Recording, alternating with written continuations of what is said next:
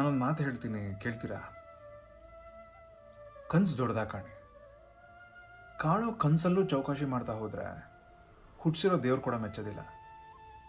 ಯಾರು ಏನೇ ಹೇಳಿರ್ಬೋದು ನಿಮ್ಮ ಬಗ್ಗೆ, ಅಥವಾ ನಿಮಗೆ ನೀವೇ ಏನೇ ಹೇಳ್ಕೊತಾ ಇರ್ಬೋದು, ಅದು ಕೂಡ ಯಾರೋ ಹೇಳಿರೋದ್ರಿಂದ ನೀವು ನಿಮ್ಮ ಬಗ್ಗೆ ಹೇಳ್ಕೊಳ್ತಾ ಇರ್ತೀರ. ಆದರೆ ಕನಸನ್ನು ಅದೆಷ್ಟೇ ಕಷ್ಟ ಆದರೂ ದೊಡ್ಡದಾಗಿ ಕಾಣಿ. ಮೊನ್ನೆ ಏರ್ಪೋರ್ಟ್ಗೆ ಹೋಗಿದ್ದೆ. ಅಲ್ಲಿ ಚಿಕ್ಕ ಮಕ್ಕಳನ್ನೆಲ್ಲ ಏರ್ಪೋರ್ಟ್ ಟರ್ಮಿನಲ್ ಟೂರ್ ತೋರ್ಸಕ್ಕೆ ಕರ್ಕೊಂಡ್ಬಂದಿದ್ರು. ಅಲ್ಲೊಬ್ಬ ಸೆಕ್ಯೂರಿಟಿ ಗಾರ್ಡ್ ಇದ್ರು.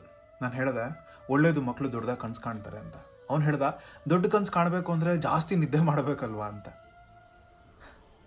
ಜಾಸ್ತಿ ನಿದ್ದೆ ಮಾಡುವಂಥ ದೊಡ್ಡ ಕನಸುಗಳನ್ನ ಕಾಣಬೇಡಿ. ನಿದ್ದೆ ಮಾಡೋಕ್ಕೆ ಬಿಡದೇ ಇರುವಂಥ ಕನಸುಗಳನ್ನ ಕಾಣಿ.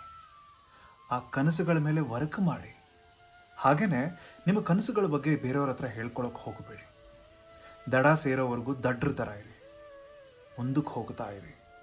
ಕನಸು ಕಾಣೋದ್ರಲ್ಲಿ ಚೌಕಾಶಿ ಮಾಡಬೇಡಿ, ಯೋಚನೆ ಮಾಡಿ.